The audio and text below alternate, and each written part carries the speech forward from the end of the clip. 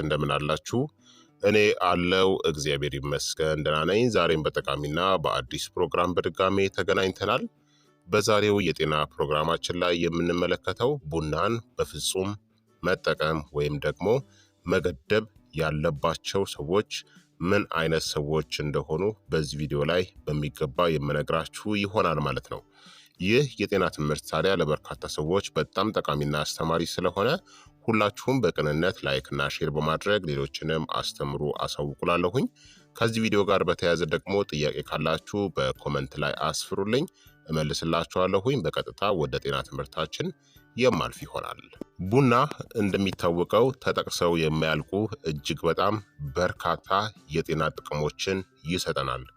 ቡና ንቃትን ይጨምራል፣ ትኩረትን ያጎለብታል፣ ማሰብንም ያሻሽላል፣ የኃይል መጠንን ይጨምራል፣ ድካምን ይቀንሳል፣ ስሜትን ያሻሽላል፣ የድብርት ስጋትን ይቀንሳል፣ የማስታወስ ችሎታን ያጎለብታል፣ የሰውነት ምላሽ ሰዓትን ያፋጥናል፣ የአካል ብቃት እንቅስቃሴን ያሻሽላል፣ ሜታቦሊዝምን ያሳድጋል፣ ስብ የማቃጠል ሂደትን ይጨምራል፣ ምግብ የመመገብ ፍላጎትን ይቆጣጠራል፣ የአንቲ ኦክሲዳንት ንጥረ ነገርም ምንጭ ነው፣ የሰውነት ብግነት ወይም መቆጣት የኢንፍላሜሽን ችግርን ይቀንሳል፣ የስኳር በሽታ ተጋላጭነትን ይቀንሳል፣ የኢንሱሊን ሴንሲቲቪቲን ያሻሽላል፣ የጉበትን ጤናን ያሻሽላል፣ የጉበት በሽታ ተጋላጭነትንም ይቀንሳል፣ የጉበት ካንሰር ስጋትንም ይቀንሳል፣ የልብ ድካም ስጋትንም ይቀንሳል፣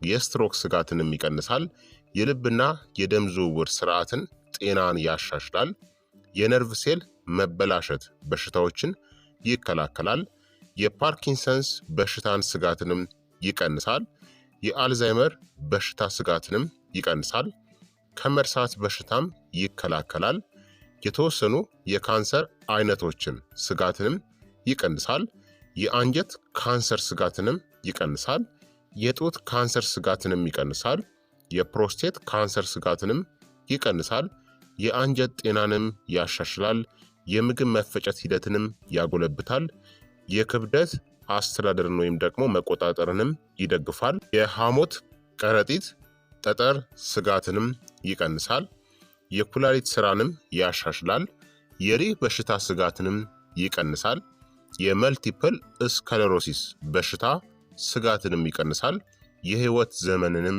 ይጨምራል። ስለዚህ ቡና በልኩና በመጠኑ ከተጠጣ ብዙ ጥቅሞችን ይሰጠናል ማለት ነው። ታዲያ ቡና ለአብዛኛዎቹ ሰዎች ጠቃሚና አስተማማኝ ቢሆንም የጤና ችግሮችን ሊያባብስ ስለሚችል በጥብቅ መገደብ ወይም ደግሞ መጠቀም የሌለባቸው ሰዎች አሉ ማለት ነው። እነዚህን አሁን እነግራችኋለሁኝ። አንደኛ፣ ከባድ ጭንቀት ወይም ደግሞ ድንገተኛ ፍርሃት ያለባቸው ሰዎች ናቸው። ምክንያቱም ካፌን አነቃቂ ወይም ደግሞ ስቲሙላንት ስለሆነ አድሬናሊን እንዲጨምር እናም የትግል ወይም ደግሞ መሸሽ ስርዓትን ያነቃቃል። ጭንቀትን፣ ፍርሃትን፣ ንዴትን ሊያባብስ ይችላል። በውጤቱም ከማረጋጋት ይልቅ ቡና ጭንቀትን ሊያባብስብን ይችላል ማለት ነው። ሁለተኛ፣ የእንቅልፍ መዛባት ያለባቸው ሰዎች ናቸው። ምክንያቱም ቡና አዴኖሲን ወይም ደግሞ የእንቅልፍ ኬሚካልን ያግዳል እናም ሜላቶኒን መለቀቅን ያዘገያል። ችግሩ ስሜታዊ በሆኑ ግለሰቦች ላይ ጠዋት የሚጠጣው ቡና እንኳን የእንቅልፍ ጥራትን ሊያዛባው ይችላል። በውጤቱም ለዘላቂ ድካም፣ በቀን ውስጥ እንቅልፍ ማለትንና የእንቅልፍ እጦት መጨመርን ያስከትላል። ሶስተኛ፣ የደም ግፊት ወይም ደግሞ የልብ ችግር ያለባቸው ሰዎች ናቸው። ምክንያቱም ቡና ለጊዜው የደም ግፊትን እናም የልብ ምትን ይጨምራል።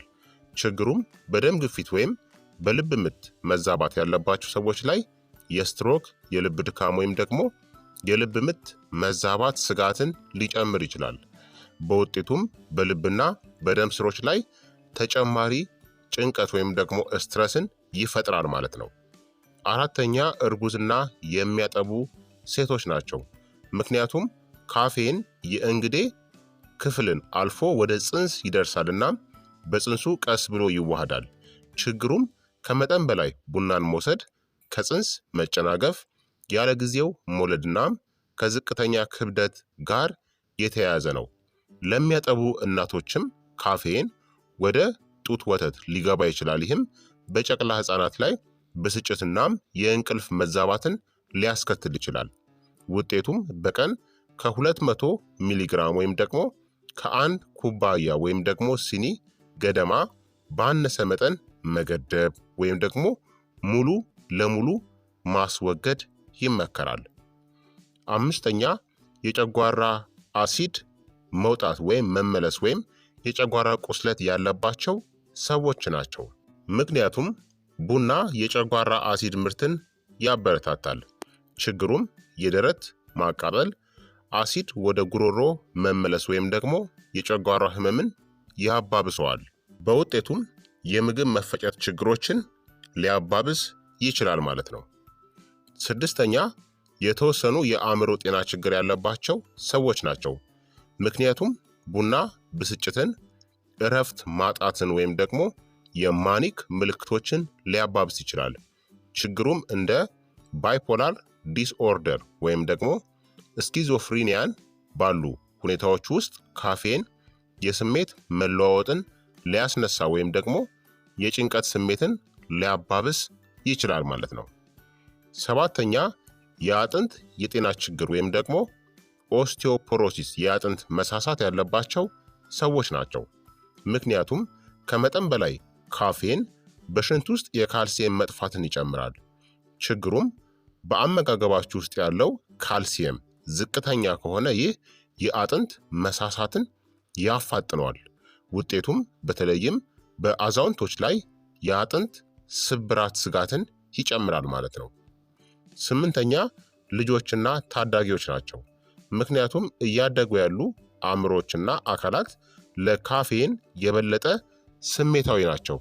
ችግሩም ቡና የእንቅልፍ መዛባት፣ የልብ ምት መፋጠን እናም ጥገኝነትን ሊያስከትልም ይችላል። ውጤቱም ለትንንሽ ልጆች ሙሉ በሙሉ አይመከርም። ታዳጊዎች ግን በአነስተኛ መጠን ብቻ ሊወስዱት ይገባል ማለት ነው። ዘጠነኛ የተወሰኑ መድኃኒቶችን የሚወስዱ ሰዎች ናቸው። ምክንያቱም ካፌን ከአንዳንድ መድኃኒቶች ጋር ይገናኛል። ለምሳሌ ከአነቃቂዎች ጋር፣ ከኤዲኤችዲ መድኃኒቶች ጋር። ከእነዚህ መድኃኒቶች ጋር በመገናኘት ይበልጥ ያነቃቃቸዋል።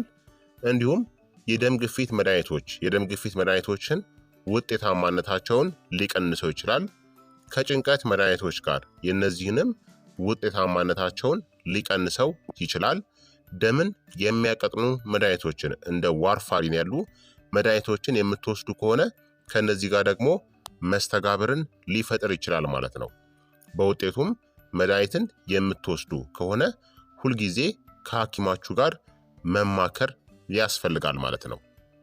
አስረኛ ለካፌን ስሜታዊነት ወይም ደግሞ አለርጂ ያለባቸው ሰዎች ናቸው።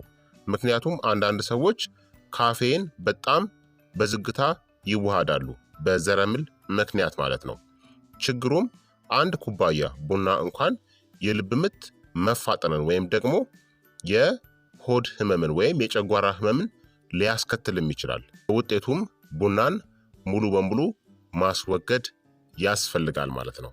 በአጠቃላይ ቡናን ማስወገድ ወይም ደግሞ በጥብቅ መገደብ ያለባቸው ሰዎች ጭንቀት ካለባችሁ፣ የእንቅልፍ መዛባት፣ የልብ በሽታ፣ ከፍተኛ የሆነ የደም ግፊት፣ የጨጓራ ችግር፣ እርግዝና ላይ ከሆናችሁ፣ ደካማ አጥንት ወይም ደግሞ የአጥንት መሳሳት ችግር ካለባችሁ፣ ልጆች ከሆኑ ወይም ደግሞ ታዳጊዎች በመጠኑ የተወሰኑ መድኃኒቶችን የምትወስዱ ከሆነ፣ ለካፌን ስሜታዊ ከሆናችሁ እናም የጉበት በሽታ እና የኩላሊት በሽታ ካለባችሁ ቡናን መገደብ ይኖርባችኋል ማለት ነው።